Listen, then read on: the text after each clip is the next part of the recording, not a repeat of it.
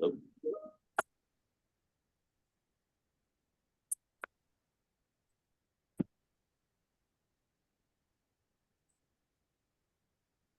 good afternoon, everybody. Oh. Hello. Hi.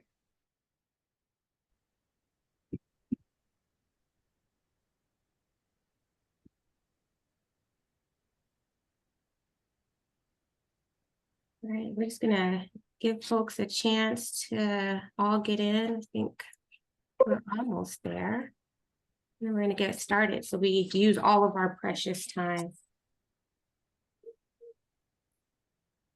All righty. Well, I want to welcome everybody to this fall fireside chat with Van Williams. Today's session is a co-sponsored event, UC Tech and BLAC at UC. So we're very thankful that everybody is able to join us this afternoon. My name is Sharon Andrus. I'm the Associate Chief Information Security Officer at UC Berkeley, and I'm also co-founder of the BLAC Leadership Alliance Council with my co-founder, Dennis McIver, who's going to be helping us with chat and Q&A a little bit later on today. So I want to start off by welcoming Van. Let me get our updated bio and intro for Van. So want to welcome Van. Van is serves as the Vice President of IT and the CIO for the University of California System. The UC System is a $45 billion with a B enterprise spanning 10 campuses, 6 healthcare systems, and 3 national labs. So welcome, Van. Thanks, Sharon. Good to be here. Round of applause. We have 6 questions for Van before we get into Q&A, and hopefully this gives you some insight into who he is, his path to the VP and system-wide CIO, as well as his work on UC Tech and kind of where he envisions that community going.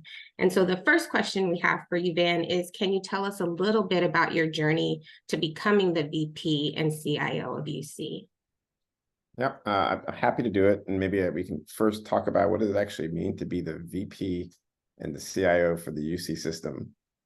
And I think it's an interesting role because when I took it on 2 years ago, I came into it despite going through the typical UC search process where you have a chance to meet with enough people and talk with enough people where you would feel like you have a really great perspective on what the job is. And, I came into it and I realized that the particular place and time that you take on any role matters just as much as the role. All right. So I took on this role at a very interesting place and time when cybersecurity was a topic that mattered a whole lot.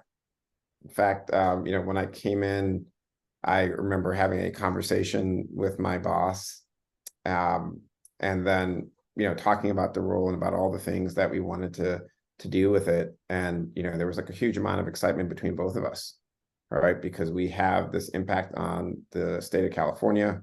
We have this leadership role within higher education. And then we have relationships with not just kind of government at the state level, but also kind of relationship with government at the federal level through all of the different work that we do with agencies. And I thought, man, there has to be a way for us to leverage all of this to create, more opportunity for all, right? To kind of create an even larger impact that we were having with the UC. And then I think I met with the president maybe day 2 or 3 in the job. And we started talking about, all these opportunities. And he said, Van, hold on a second. All right, let me frame up your priorities for you. And he said, priority number 1 was cybersecurity. Priority number 2 was cybersecurity. And then you all could guess what priority number 3 was. All right, so AI. No, cybersecurity. I know you were just trolling me, Sharon. But that was the moment that we were in because we had just kind of come in post Accellion, post a couple other incidents that we had going on. And, it was a reframing. And I don't think 3 years ago, CIOs came into positions with as much attention, care, and concern for cybersecurity as they have today. a semester ago, a little bit more than a semester ago, we had this little thing that got launched called ChatGPT. All right. And I had been serving on the university's AI council for close to 2 years when this thing launched. And then all of a sudden, again, the role being part of the time, I found myself in, 30–40% of my conversations are about AI, right? Everything from procurement to compliance to how do we responsibly adopt it to how do we support and scale it, and who do we believe has decision rights around the use of it, right? And what I've kind of determined, and by the way, during this whole time, there has been luckily plenty of support from the University of California to engage in a ton of other activities, despite the fact that we kind of started off on the cybersecurity front, right? But what I've determined is that this particular role, there isn't really a set thing as to what the UC CIO or vice president of IT does. And part of the reason why there's nothing that's said about it is that if you look at tech, everything is tech now. All right, Dennis and I were talking about work that was diversity work before things started. And we talked about kind of the importance of data analytics and all the tools that you need to do in order to kind of support that work. A number of years ago, I was at a conference at UC Berkeley. It was, I think, UC Tech 2018. And I was on a panel session, and we were talking about, what does tech mean then? And I made the comment that a number of years before, if you had a taxi company start, right, and you kind of put some tech with it, it was just a taxi company, right? And at the time, all of a sudden, it's a tech company, it's Uber, right? Or if you just start to kind of like to scale sharing out your homes, right? It's not a tech company, right? You're kind of doing some type of bed and breakfast, but now it's kind of Airbnb, and everything in the entire world has become tech. And so that means when everything in the world is tech, what is your role? Well, you're really kind of serving as a facilitator, right? Because you're trying to bring a lot of groups of people together to kind of talk about what the role is of the mission and figuring out how do you kind of align and use tech to support it. And then you also serve in some cases as a forcing function, where you need people to make a decision to move forward on it. Sometimes that's a policing forcing function. Sometimes it's a moral conscious forcing function. All right. Something as simple as, should you extend Experion support for all the people who got impacted by the Excellion incident? All right. We have to have a decision on that. So anyway, that's what the role is today. It's pretty broad ranging across whatever we all kind of look at and think about as tech. We also kind of should probably say, how did I get here? I have no idea. I really don't. It's kind of been that long, crazy journey. I think professionally, I started getting into this work more as an entrepreneur who happened to be doing tech stuff to survive, to pay my bills, to get through school. And, I needed a job after kind of, tech hit one of its, boom and bust. It was the bust part of the cycle, and I needed to get a job. And so I got a job in higher ed.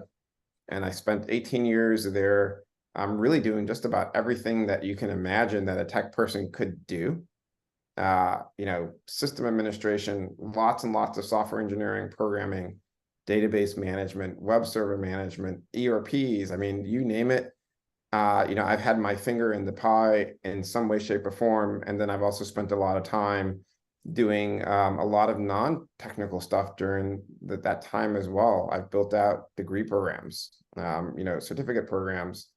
I've engaged and running task force to look at student success for campuses, or working on strategies for our organization for how we engage with Silicon Valley. So the role is, and the role and the role on the road has been kind of an interesting one. And I think we're still trying to kind of figure out where it ends up. A lot. It's got a lot going on because it is so broad. And as you mentioned, everything kind of relies on tech now. So, higher ed used to be just about student experience and curriculum, and it really is now very much dependent on tech. And so you're coming into this role, it's very broad.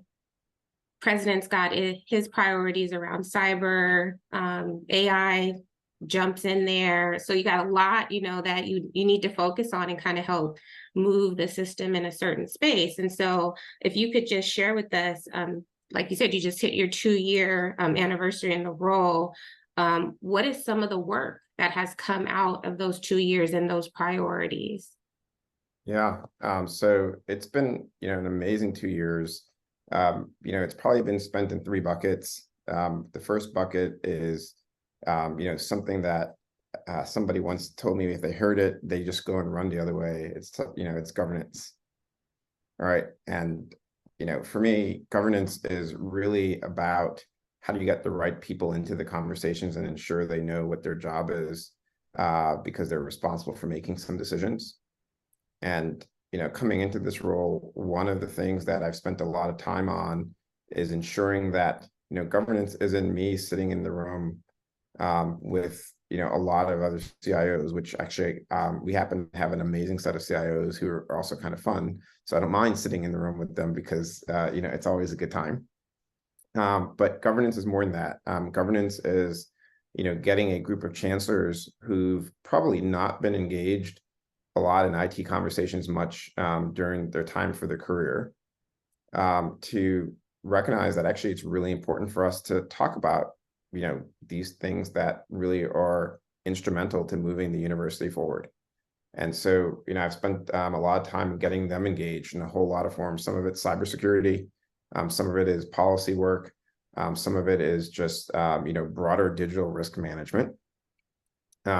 It's also going out there and recognizing that tech is really kind of a foundational part of strategy, and the other foundation for it is the money, right? So it's actually engaging with our CFOs a lot more, right, to making sure that they're kind of engaged and that we're working hand in hand to be able to, whatever we can kind of dream up and think about, right, that we support our ability to not just kind of fund the creation of it, but to sustain it, right? Because that's really an important part of risk management as well.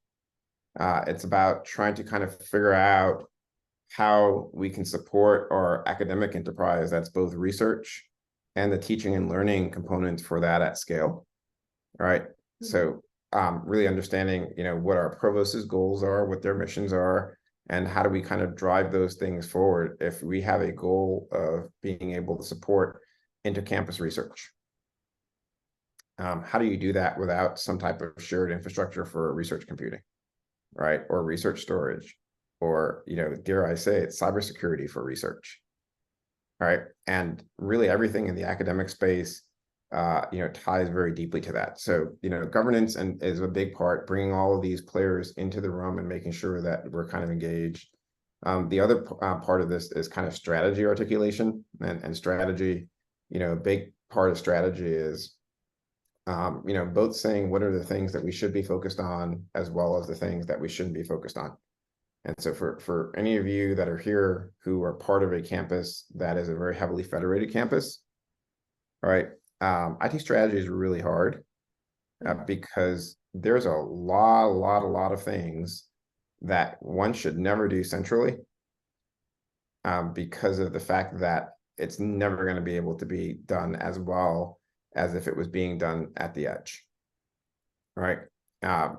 And it's, again, this is not just from the UC system perspective, but, imagine that you're in a business school like, say, Anderson or say Haas, right? The way that you support and deliver work in a classroom, right, is probably going to be very different. The way that, the central IT group might be supporting delivering a 300-person lecture in biology, right? And so a lot of our strategy work is kind of recognizing, well, what are the things that we should not really be engaged in, right? And then going through the process of saying, okay, well, now that we know that, what are the things that we should be engaged in that will move the mission of the University of California forward in a meaningful way, right? So that means talking to all of the different leadership that we kind of have to really understand, well, what is it that the president wants to do to move us forward? Right. And the president says that, part of moving forward is we want to build a healthy and safe community. Well, then we probably need to make sure that we're kind of investing in things that support health and safety. That could be investments around things that are shared around Title IX. It could be investment in systems that support public safety and collaborating across public safety, or even investments around analytics in these spaces, right? And the same thing if you kind of look at our healthcare environment, if you look at how do we become an organization that strengthens student success and strengthens our academic success. So a lot of that work has been really kind of talking to our CIOs, talking to all the different vice chancellors across the different areas, chief diversity officers, or academic senate, and trying to synthesize all of these pieces of input that we've gotten, conducting assessments by third parties, looking at many of the assessments that we've kind of had done or audits being done, and then kind of putting that into a coherent vision. And, I think the saying that I really like is, if you want to move fast, right, move by yourself, right? If you kind of want to go far, right, you need to really bring a lot of people along. And so a lot of that strategy work has been doing the work to bring a lot of people along. I think I said third thing. So I gave you governance, I gave you strategy. The last one I'm gonna, talk about is really community. All right. So we established, moved our UC Tech conference, and we moved UC Tech from being a conference to being a community.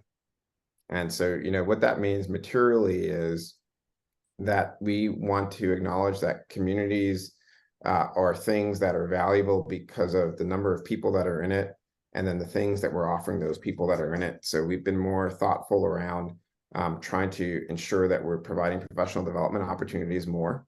And so we've created a set of programming to kind of support that. We've recognized that the community does need to have some organization to care about it and to kind of think about how do we sustain it in the long run. And so we've created a subcommittee of the CIO Council, which is all of the CIOs from across the UC system locations, called the UC Tech Community Committee. And their job is to really, provide that level of leadership, provide that level of coordination and caretaking for it, and to think about the events and think about all of the infrastructure that we need to continue to build on this community.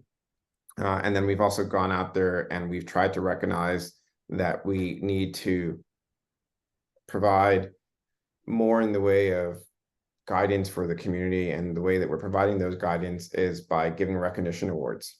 And so when I joined, I think we had one recognition award that we would provide, the SADA Recognition Award. I think we've increased that to now 6 or 7. So, we have awards for design, awards for, diversity, leadership, long service, cybersecurity. All right. And we're trying to bring more and more folks into the community by recognizing, really kind of different aspects of our community, and that it's not just one thing. We're not only just about innovation, but we're about a whole lot more.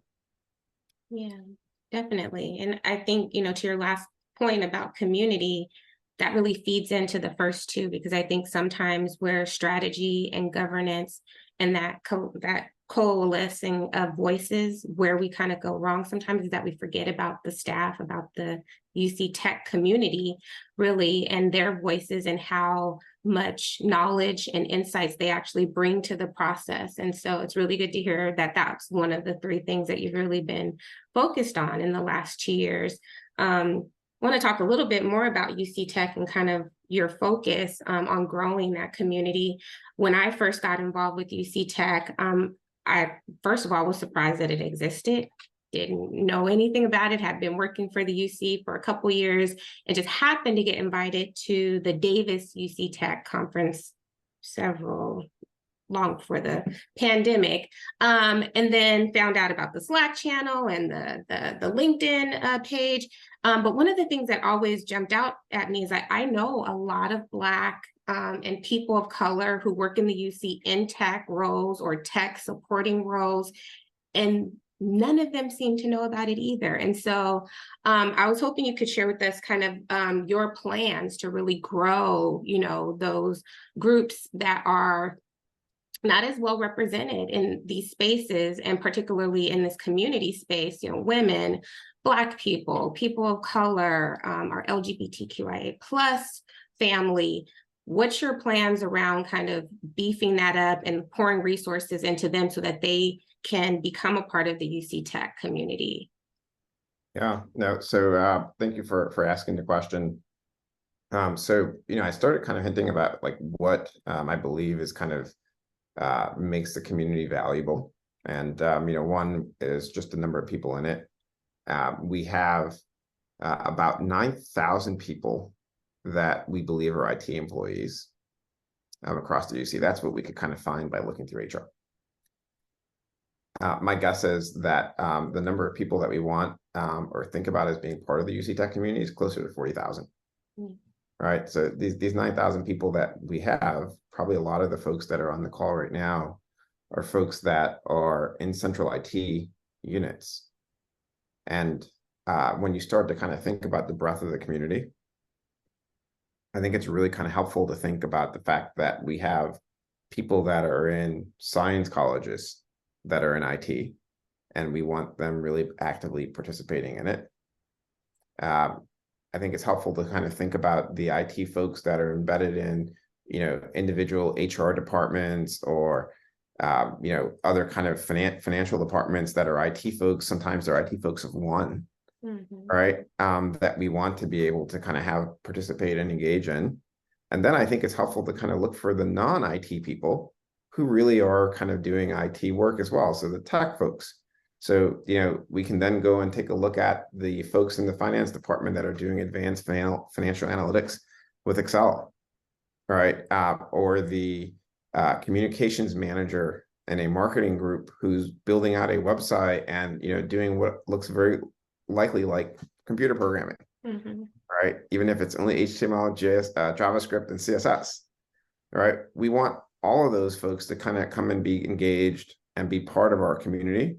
And then I think the other part of the community that's really overlooked, we have about 250,000 employees. Well, it turns out I think we have about 250,000 students as well. And a lot of those students work in IT departments. Even when they don't work in IT departments, they're doing tech support in these business units as well. So, the first part around, the value is, we want to make sure that we're kind of open and inclusive to everybody. Right. The second part around it is, going from open and inclusive to being segmented. Right. It turns out that being intersectional by itself has value. Like, Sharon, you're a part of the women in tech community, right? You're a part of the cybersecurity ITPS, right? You're part of UC Tech. You're part of the One IT at Berkeley, right? And what we haven't done with UC Tech is acknowledged how powerful being intersectional is. And I believe one way that we can kind of grow it is by looking for these different segments where there are active communities and trying to kind of engage. So part of the reason why you and I are talking right now, why you and I and Dennis have been planning this, is because you both have been phenomenally successful at kind of creating this very vibrant, BLAC at UC community. Right. And we want to be able to kind of tap into that entire community and say, hey, you are also UC Tech. Right. But we need to do that for our Black community. We need to do it for our Latinx community. We need to do it for our LGBTQ community. Right. We need to kind of look at all of these points of intersections, our VATs, right, and figure out how do we create content, how do we create programming for them, right, and to help them to understand that they belong. We need to reach out to our researchers, right, and bring them in. So, the other part, for the value is that kind of like growth. And then if you kind of do the growth, you kind of do the segmentation and intersectionality, then the question is like, okay, well, what are you offering them? Right. And what we're offering is, three things, right? The first one is knowledge, right? Turns out that, talking to people who are smart can help you get your job done. Sometimes it's just them directing you to resources. Sometimes they're giving you tips and tricks, right? And we want to really facilitate that because we know that that's really important. All right. The other one is just visibility, right? That is the ability to kind of to see things that you wouldn't normally get a chance to see, right? And to be seen by people that you wouldn't normally get the chance to be seen by, right? And you get that through engaging in these channels, by participating in events, by showing up at sessions like these, right? And then, finally, the last one is career support, right? If you have knowledge and you have visibility into things, you should be able to go out there and to say, hey, you know what? I want that job. I know who the people are. I have some resources available to me to get the skills to be able to get that job. And so now we've kind of made it a little bit easier, right? We've reduced some of those barriers, reduced some of the frictions to engage. And then my last thing that I'll say just in terms of the value for this UC community is when I came into Santa Cruz, I think there was, and I know I have some Santa Cruzians on here, so somebody's going to keep me honest, but I want to say I think there was like 2 other Black people in the community, right? I think like one other Black dude. And man, you know, it is really, really hard, right, to feel like you belong when, you know, there aren't really a lot of other folks that are there that look like you. Right. And, you know, it manifested itself in a lot of different ways. Like one way I would walk across the campus and I was probably one of the few VCs that was instantly recognizable. Right. And it wasn't because of my stunning good looks. No. Right. And I didn't realize that we had this UC Tech community where if I thought of myself as being part of this larger community, well, then I would have had a ton of brothers and sisters at UC Berkeley, at UCLA, you know, all over the place that would have served as resources, as points of views to kind of connect with, to be able to talk about a shared experience, right? And that would have increased my belongingness. And, you know, my concern, my fear here is how many people do we have from, you know, so many different, you know, communities that are coming into our campuses, right, that don't know that there actually are folks that look like them, right, that have similar backgrounds to them, and then they don't feel like they belong and they don't stay, right? So my hope here, and this is kind of, you know, not selfish on Van's part, it's actually just on behalf of the UC, right, is that we can get people that are really, you know, incredibly talented to stay just by giving them some greater connection points and to kind of help them feel like they belong. Yeah, absolutely. I love the idea of expanding and growing the community. Dennis and I, we actually became friends and co-founders out of our advocacy for staff as a whole and building that community and the power that we have. And now, you know, we targeted Black community, but being able to open up UC Tech and really see the strength, the diversity, the intersectionality. I'm really excited to see and to partner with you on that. And I'm hoping that the folks on this call and the broader IT community are also excited and are gonna, you know, hold you to this idea that we're gonna, you know, invest more in our folks and hopefully build a community where people want to stay. You talked a little bit about kind of like your hope for UC Tech, but before we go into Q&A, are there any other kind of like in the next 3 to 5 years where you want to see UC Tech kind of go? You know, it's grown, we've got the awards, we're, you know, building the community on Slack and other engagements and things like that. But in the conference, of course, is always there. But are there other things that you really want to see UC Tech accomplish in the next 3 to 5 years? Yeah, I mean, it's, you know, the problem is my ambition is so vague. And I think it's come really from when we've done a set of focus groups, what people have kind of said. You know, it's clear that we need to do more. You know, some of this is partnering with our HR partners, some of it's not, but we need to engage a lot more in our internships and our mentorship programs across the board, right? We're not leveraging the power of 10. We're not really leveraging our scale, and we should be able to, for anybody who needs a mentor in any kind of space, be able to kind of find and offer one, right? You know, similarly, folks kind of gain as much through kind of attending a course or going into a session by working on projects, right? And we need to find ways to provide more apprenticeships and to provide more internships to folks who want to be able to kind of engage and to give them an opportunity to kind of think about things from a UC scale by getting access to you know, opportunities on other campuses, right? That's one of the nice things that Zoom and the remote work and hybrid work has made possible, right, is the ability to work on cool things and not be limited by your point of view and, you know, on any individual campus. We have, from a student perspective, such a huge opportunity to kind of really advance student success And part of it is we have all these vendors who are, kind of desperate to buy from us. I think we spend $2 billion a year on IT, right? At least. That we know of. And that we know of. And I can tell you this, I want Amazon to be able to kind of provide tech tours to 500 students a year, right? Same thing for Google, same thing for Microsoft, right? And give our students an opportunity to kind of think about and see firsthand, what does it actually mean to work in tech, right? Not just the students that are in computer science, by the way, right? Because tech has accounting jobs, they have, writer jobs, they have all these other things. But I want to be able to give them that opportunity to, and they are willing to do it. They're willing to do just about anything that we kind of ask because we spend so much money. And so we haven't really kind of connected up that opportunity to, really translate our student kind of success goals with the UC Tech goals. I want them to be more engaged. I want them to be participating in our programs and to have awareness for it. And then, we talked about the size of the community already. But there is really kind of at a minimum over the next 3 to 5 years, we should be able to kind of quadruple the size of our community. Right. And I think that's really, really important because the more people that engage, and when I kind of do outreach, I'm like, hey, is there somebody that can help me with this?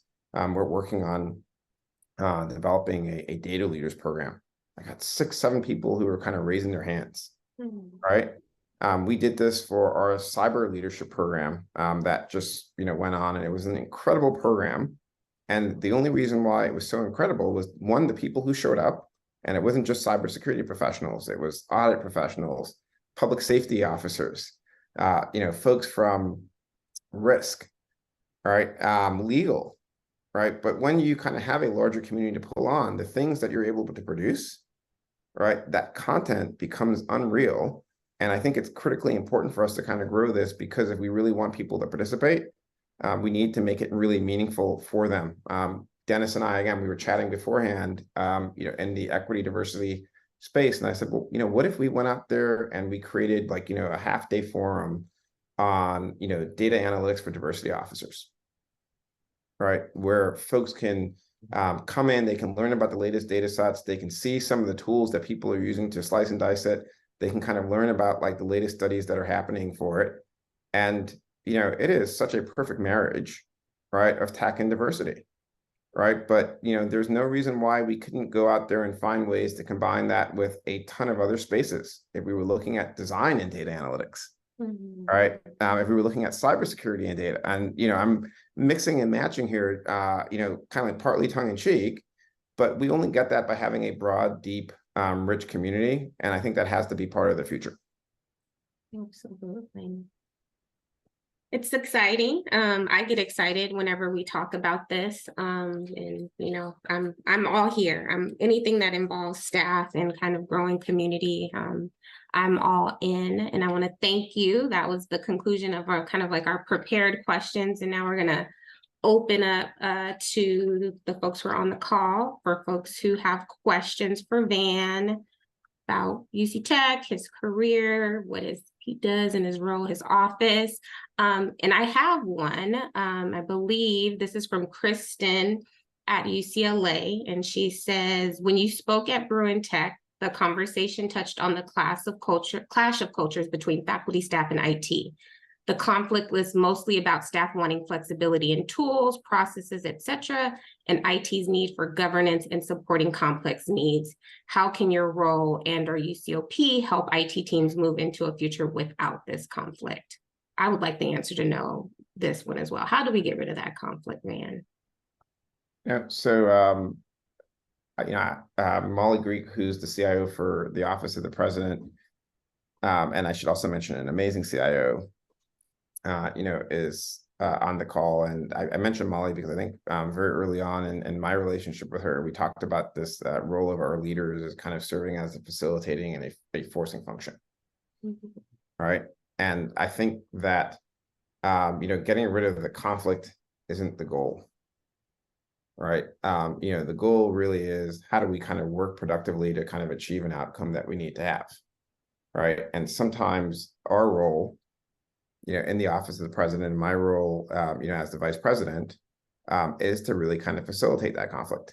right? It means when our faculty are up in arms because we have multiple financial implementation systems going on that they're really unhappy about, right? Sometimes it's just sitting there and saying, great, we're going to talk about this, or we need to get different folks into the rooms that maybe they're financial officers or maybe they're IT teams, right? To kind of hear the conflict out and to make sure that it's not being ignored, right? Because I think where things go awry is when folks aren't heard.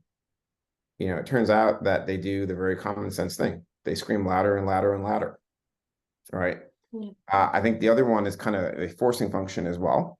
And it's not enough just to get people into the room and to facilitate the conversation, but it's also kind of like really, really important for us to be able to force us to get to an outcome. You know, we're not here just to talk, but it's like, okay, well, what do we need to do, right, in order to kind of get to a place that's better, right? And sometimes for us, that means that we institute things where we say, you know, hey, you know, all projects that we do that are major, they need to kind of have like user advisory groups on it. So that way we ensure that their voices get heard, right? Or that we need to kind of change our standards to make sure that the right amount of change management is having place, right? Or we recognize that, you know, the policies that we have are too restrictive and we may need to go out there and revise those so that there are things that can be achievable or they actually cause conflict because we ask for, you know, our faculty members to comply with something that they have neither the skill set or the resource to do. And then our IT folks are out there saying, you all must do this. And we're kind of not really being thoughtful around the friction that we end up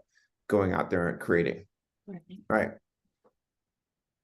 I'm going to add Dennis to our folks who are pinned, and he's going to ask you a couple more questions that have come through the chat. Don't do Okay. it, Dennis. Yeah, sorry, man. But thank you, Sharon. The first question that we received from one audience member is that they just had a chance to attend Afrotech with a few colleagues. And the question is, how important is it to attend these types of conferences and represent the UC Tech community? I think it's hugely important. So I think, you know, one, it's a fantastic question because so much of my work is really kind of trying to work from outside in, right? And really understand what our different constituents are doing and, you know, what do we need to do to kind of move in order to do that. And I think when you're working from outside in, it's really kind of important to understand what is the outside, right? And the outside isn't kind of like the business folks that are outside of IT, right? It is really sometimes the country, sometimes the state, sometimes it's higher ed as an industry, right? And I think that the president very deeply believes that, you know, exhibiting excellence that's not recognized by our state, by our country, by the world, right? That's not really excellence. And so we want to exhibit excellence. And one way of doing that is going out there and representing UC, right? In all forms. So I think it's actually critically important. It's something that I know that for me, anytime I see anybody having the opportunity to go out there and participate in it, I cheer them on because I think we have a fantastic story to tell, right? And I also feel like by going out there and telling our story to other people, it causes the story to change because somebody will come up and they'll say, hey, we're doing something like that, but we're doing it a little different. Have you thought about that? Right. And we want to steal all of those ideas and really kind of build on them, right? And continue to kind of serve as leaders because we are listening and we are synthesizing and turning that into something that continues to be a compelling vision. Great, thank you for that. And then the point you made about mentoring resonated with a lot of the audience, and that is going to account for a two-part question. I'm going to combine a couple of questions we received here. One related to your support for the mentors themselves and what your vision would be for supporting those who want to mentor others but may not always know how to. And then as the second part, specifically, would you be able to share the next step for a possible mentoring of students to happen? Because it sounds like there is some real interest in allowing underrepresented students to be a part of these opportunities as well. So training opportunities and then also the support for students in the same mentoring context. Yeah, no. So another really kind of fantastic question. So one thing that I would go out there and say right now is, and I think both Dennis and Sharon know this as well. So I got no solutions to anything. What I have is a large and unending amount of really interesting questions, and the ability to kind of do two things really well. One is prioritize, and two is ask for help. All right. Let me kind of turn this thing back a little bit. I would love it if there are folks that kind of have served as mentors in other capacities or processes that said, hey, you know what, I would love to volunteer to kind of like start a tiny volunteer mentorship program. All right. And I would love to be able to support it, post it out to the UC IT blog, maybe kind of convene an event around it, do a design session or a design jam around like, what would that actually mean to go through and do it? Ask someone to, kind of volunteer to lead that effort and do everything I can to kind of serve as an engaged and strong advocate, sponsor, cheerleader for it. I think it's kind of critical for us. The way that we've kind of been approaching this is really going out there and looking at other mentorship programs that we have and seeing, are there ways to kind of tap into those, all right? Or seeing how we can kind of give more visibility to local mentorship programs that we have. I think we need to do something that's kind of uniquely distinct to the UC Tech community. And I'm going to take this as somebody wants to raise their hand to volunteer, and, please, hit me up on email, reach out, and, I will gladly basically take the help. And so you had two parts to the question. What was the second part? And thanks for the first answer. The second part related to making mentoring as a resource more available to our students, and specifically as it related to even the underrepresented students. Yeah, so I think the path to do that is working kind of with our community council and getting them engaged with a lot of our ethnic resource centers, right, who are really kind of doing a ton of work right now, and they're the kind of great connectors. And if we were able to go to that group and say, hey, you know what, we have a group of 30, 40 people across our different campuses who want to serve as mentors for students. All right. Can you all kind of help us do some outreach? For sure, they'd be able to go out there and engage and to find students for it. All right. And, I believe that the leaders that we kind of have there in our career centers are kind of like an untapped path for us to be able to get engaged. And to be honest, I also kind of believe our admissions officers are really untapped paths as well. There's, kind of no better time to help people to become aware than when they've been accepted and they're kind of processing, or even when they're thinking about being accepted, and to recognize that, hey, the University of California has this UC Tech student resource, right? That's not like anything that we've seen in any other place. And why not go out there and sell it? And why not use admissions to help sell it as well? Great, thank you for that. And one thing I would add to just put in on my hat from the Council of UC Staff Assemblies is the whole issue of mentoring is something that even in discussions about employee retention that's come up a lot. And this point was made in chat, but a number of the different campuses and locations in UC do have these sorts of programs. And so I do think this is one of those bigger conversations that's out there presently. I have another question that did come through, and it was just related to studies that may relate to career trajectory by demographic. And so specifically, would you have any awareness of any sort of longitudinal studies of career trajectory that have taken place when it comes to how the professionals move when they join the university? This feels like one that might be better suited for HR, but I did want to kind of ask if you have any awareness. None. But when I came in and I joined, I was assigned a big buddy, and my big buddy happened to be our chief human resource officer. And I love nothing more than sending her texts at all hours of the day, asking her questions like these. So I will do so. And I'm sure she's somewhere fabulous saying, Van, why are you bothering me with this text right now? All right, fair enough. So I actually have a question I want to pause on for 1 second, because based off of our conversation earlier, but I wanted to take a moment to ask, is there one question that you wish you were asked? Dennis, thank you for asking me the hard questions, man. That's a really good one.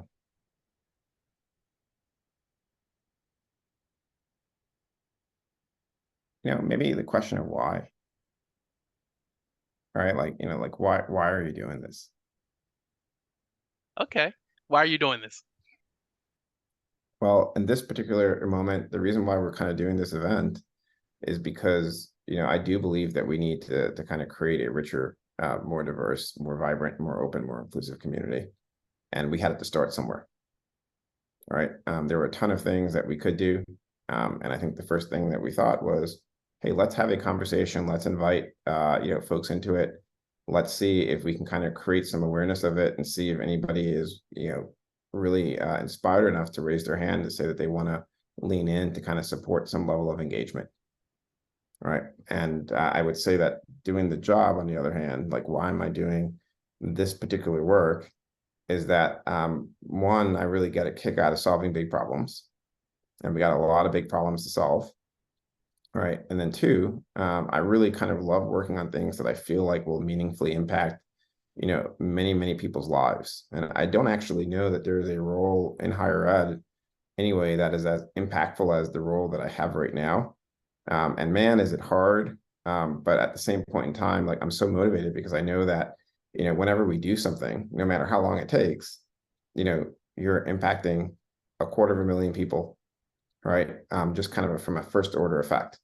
And then when I look at my colleagues at the Cal State system and at the California community colleges who are looking at us, right, or at the Ivy Plus, who are like, well, hey, what are the UC kind of doing?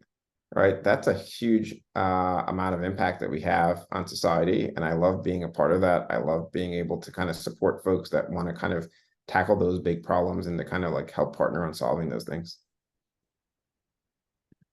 Thank you for adding that, and I appreciated your point even in terms of liking being having opportunity to solve big problems, because that dovetails with another question that we also received, and that is, are there any big problems that you envision on the landscape of the UC over the next 5 to 10 years? Yeah, unfortunately, research and support for research is a huge one. And, I don't want to kind of like, make it about cybersecurity. But I do think it's kind of like, an existential threat for us because we have so many different regulations, so many different constraints being put in by our funding agencies. And we got 10% of all the federal dollars in research comes to the University of California. Right. And as a university, we're kind of woefully not ready to be able to kind of support the research that we have. And my fear here is if we don't do something about it, the amount of dollars that we actually get is going to be at risk. I think that we also kind of have this, large challenge, and I'll kind of speak out of turn a little bit. I've heard, people say that the University of California is the University of California, which means that it's for California. I don't actually believe that that's true. I think California is an important constituent, but I think that we are, kind of really a national place. We're a global place, right? And we need to kind of own that. To play on that stage. And I think that that's a really big opportunity for us. I think we're kind of at a tension point because we tend to like be kind of moving towards a lot of anti-global sentimentism right now. But, we kind of have some of the best thinkers, the best minds, especially in the spaces of social justice. And if we're not playing that in the national stage in a meaningful way, I think we're kind of missing the opportunity to kind of really impact society in a meaningful way right now. And then, I think finally we have this kind of, issue of both this kind of enrollment cliff that we have going on, right, as well as this, anti-higher ed, anti-intellectual sentiment that's kind of flowing through society, right? And, the truth is that we don't really function as a society without higher ed, and it's not because of the fact that we kind of like are a job factory. Right. I think it's because we kind of are a critical thinking factory. Right. And I think we need to kind of be doing a lot more to engage with it. And I think part of it is because, really we are facing a point in time where, we have healthcare, enrollments and federal state dollars that kind of drive us. Right. And research. Right. Well, if our research dollars are a threat, all right, our state dollars tend to basically be dependent upon, which governor is actually in power and what their kind of attitude is towards the government. And then our enrollment dollars basically are kind of at threat. All right, we got a lot of challenges, and I think that we have to kind of really more fully engage with society in order to kind of, deal with those. And I think one part of that is actually coming out there and showing that the university is a lot more than, just this kind of, intellectual place. And I think places like us, our UC Tech community, that's a place for us to kind of engage with society, right? It's a place for us to kind of go out there and not just work with our student employees, but to, bring in undergraduate students, or sorry, pre-undergraduate students at the high school level and give them opportunities to kind of tour what it means to be part of the university, what it means to work, what it means to be able to have access to skill sets. It's an opportunity for us to kind of serve as a platform, community service and engagement in the local community, right? And, I think we're kind of a part of the solution if we can kind of think big enough. And thank you for that. And the point you mentioned there about students pairs really well with what will be the last question in consideration of time. And one participant in the audience wanted to thank you for all of the mention that you made when it came to providing support for underrepresented students, but did also make the point that many of these students face a number of financial circumstances before they even set foot on campus that can impact their ability to take advantage to this. And so the question was, can you provide any insights from a UC perspective on terms of measures that are being taken to help address those sort of challenges? And specifically those who might be navigating those delicate sort of financial challenges before even setting foot on campus. Yeah, so I will say this. I think we have a lot of work and energy invested in supporting a lot of our underrepresented communities. And I think you all kind of see it just based upon the fact that we kind of have HSI grants going across the board. We got dedicated state funding to support many of our Pell Grant eligible students that we know that are financially challenged. I think in the healthcare space, we have a program to kind of promote more underrepresented groups coming into becoming healthcare professionals. So we have a lot of these things that that exist. I think there can always be more. I think the other part is that what are we doing as a community to kind of support it? And right now, I don't think we're doing enough. Right. And I had a faculty member at Berkeley that I was having lunch with, who told me that he had a few friends that would get together and they would allow startups to come and pitch to them. And the startups would pay them money to kind of spend get 15 minutes each to pitch an idea. And they would use the money and they would kind of donate it to scholarships. All right. And I thought, wow, what a wonderful idea. Right. What if our chief data officers did it? What if our chief information security officers did it? Heck, what if our CIOs went out there and did it? All right. And, what if we were able to go out there and kind of donate, tens of thousands, hundreds of thousands of dollars a year towards kind of scholarship just on behalf of our UC Tech community, right? To supporting, all of these different students who kind of need that support, right? What if you were able to go out there and bundle that up, not just with scholarship money, but, with mentorships opportunities, right? To allow students to, kind of have it and then give them tech tours as part of it. All right. Does that make a difference? And I feel like the answer has to be yes. So there is a lot more that we can do. I think, right now there is no shortage of problems. I think what the shortage of is the amount of people who are willing to raise their hand and say, hey, I want to lean in and help with the design, help kind of with the program management and to kind of build these things out. And I think that's really kind of, my biggest goal right now is to get more people to kind of lean in and to engage and be part of the problem, because, it's really not me that's the answer. It's you that's the answer. Right. And we just need a lot more of you leaning in. Great. Thank you very much for that. Sharon, I'm going to pass it back to you. Yeah, just want to wrap this up and say thank you, Van, for spending this hour with us and sharing your role, what you're doing, what you've been doing, and your focus for UC Tech. And I want to thank everybody who joined us. We will have the recording available probably in the next week or maybe in the beginning of next week for anyone who wants to revisit it or who was not able to attend. And I do want to encourage y'all to make sure you're joining the UC Tech Slack, the LinkedIn page, sharing it with your colleagues, your coworkers, folks you're engaging with outside of, your department and who are in IT. And then to Van's point, if there are things that you're passionate about and you want to see movement on them and you think that UC Tech would be a good driver for them, reach out, because sometimes if you don't reach out, the thing never gets started. So yeah, just want to say thanks to everybody, and I hope everyone has a great rest of their week. Hey, thanks everybody for spending the time with us. See you soon. Bye-bye. Thank you. Thank you. I'm going to stop the recording. You.